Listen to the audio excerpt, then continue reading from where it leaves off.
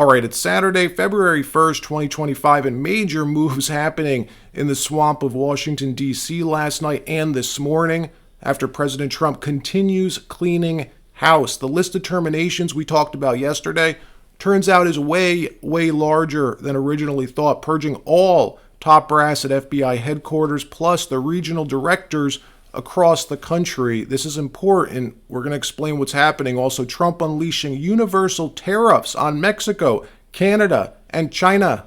This is huge. We've been hearing this was coming for weeks, and a major battle unfolding at Treasury yesterday as Elon Musk moves on in by presidential directive to gain access to one of the U.S. government's most sensitive systems, its payment system. We now have access to every single transaction the U.S. government makes. This is huge for a whole host of reasons, and it wasn't easy to do.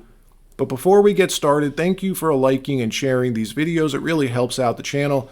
And consider subscribing so you don't miss these regular updates. President Trump conducting a midnight massacre yesterday, purging the entire 7th floor of the FBI headquarters and all, I repeat, all FBI investigators who had any involvement whatsoever with the J6 investigations, who were involved in any of his personal indictments as well. Trump putting the Bureau on notice, saying there will be no more playing politics. The days of J. Edgar Hoover, James Comey, Christopher Wray are over. The days of sicking federal police on your political opponents are over. There's a new sheriff in town, and if you want to keep your job, keep your security clearance, your pure focus will be on catching criminals, murderers, rapists, and traffickers.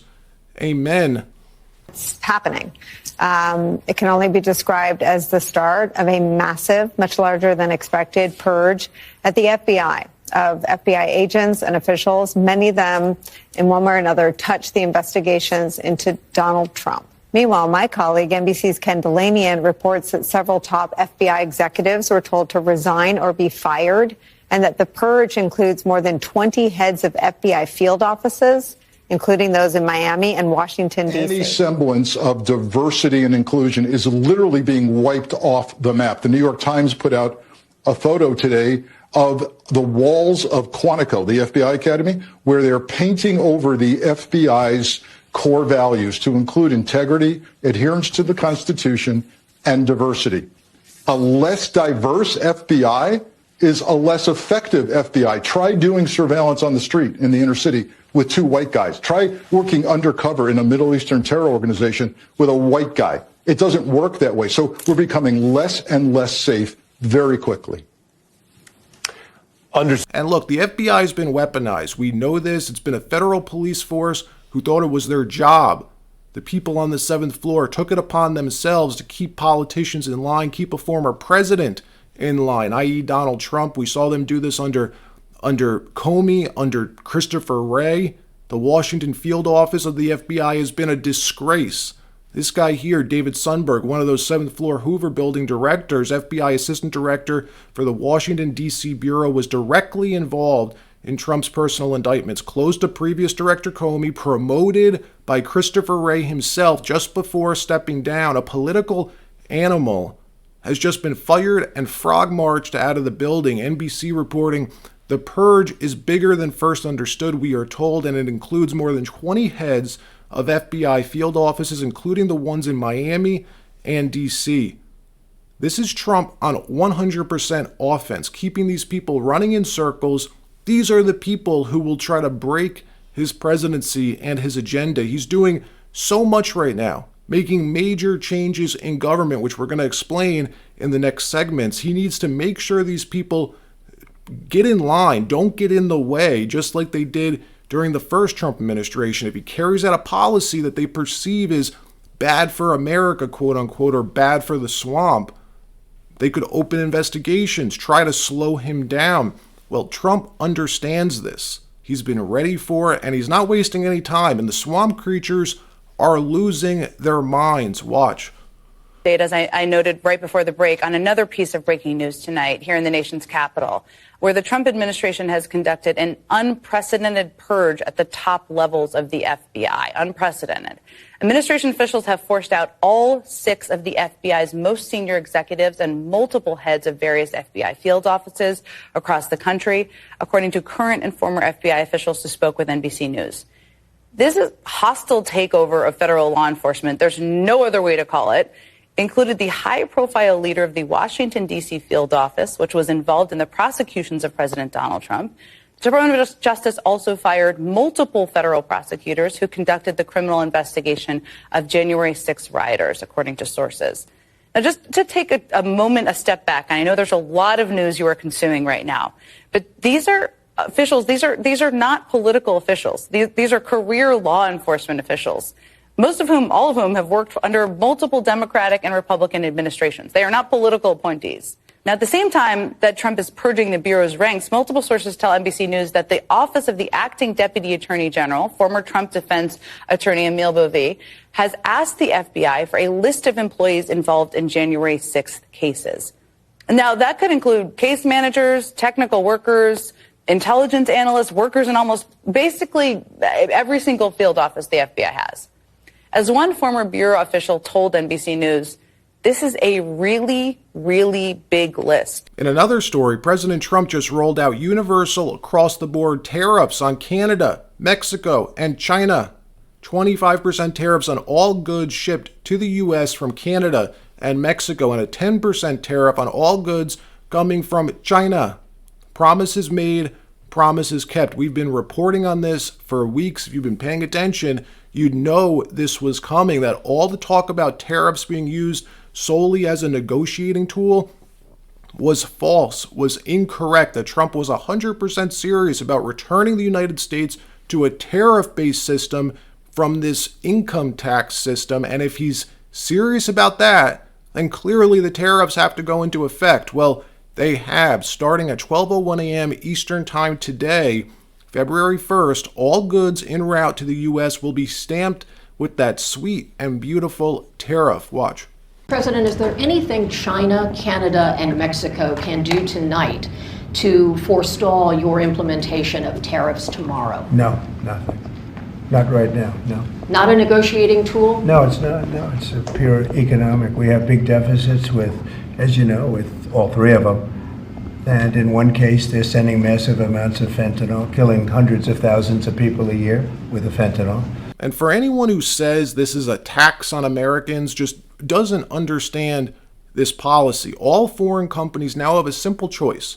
A simple choice. They can choose to either keep manufacturing their products overseas and pay the tariff to access the largest market in the world, the United States, or they can build a factory in the United States, manufacture their products here, and there won't be any tariff at all. Plus, they'll pay the lowest income tax in the world. That's Trump's policy. It's brilliant. Watch.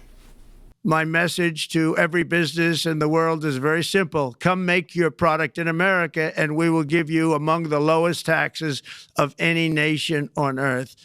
We're bringing them down very substantially, even from the original Trump tax cuts. But if you don't make your product in America, which is your prerogative, then very simply you will have to pay a tariff, differing amounts, but a tariff which will direct hundreds of billions of dollars and even trillions of dollars into our treasury to strengthen our economy and pay down debt. Within a year, we're going to see the U.S. manufacturing base return, and the decades of damage politicians like Mitch McConnell, Mitt Romney, Nancy Pelosi have caused will be reversed, and good riddance. But look, make no mistake about it, Trump just made a lot of enemies by doing this. There are trillions of dollars at stake for these countries, for certain Fortune 500 companies, for their lobbyists and the politicians who are getting rich off keeping us an importing nation. This is one of those policies that the swamp of D.C. would do everything they could, move heaven and earth to stop from happening, including sicking the 7th floor of the FBI onto Trump's trade team, trying to slow them down. So it's no surprise he just fired the lot of them. Here was Canadian MP Charlie Angus responding to Trump's 25% tariff announcement last night. Watch this. Our nation, our beloved Canada, is under threat. It is an economic threat, but it's also a threat to our values of decency and inclusion. It's a threat to our sovereignty and our very future as a nation. The threat comes, of course, from the President of the United States, a convicted felon and known predator. He's threatening massive tariffs to try and break us as a people. But the threat is also being driven by the hate algorithms of the oligarchs like Elon Musk. And there is the threat from people in our own country who would sell out our birthright to appease the gangster class from Mar-a-Lago. That is not going to happen. This morning, we launched the Pledge for Canada.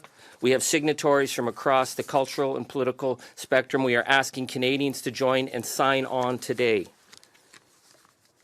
It's a plan of resistance supporting a vision of our nation and what it should be and what it is that will not be traded away by appeasement.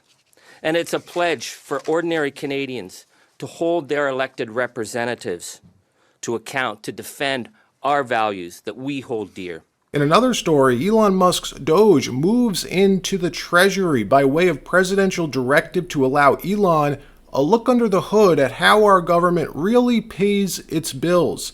And what they found is shocking. The Doge team discovered, among other things, that payment approval officers at Treasury approve payments even to known fraudulent or terror groups. Musk wrote that on X last night.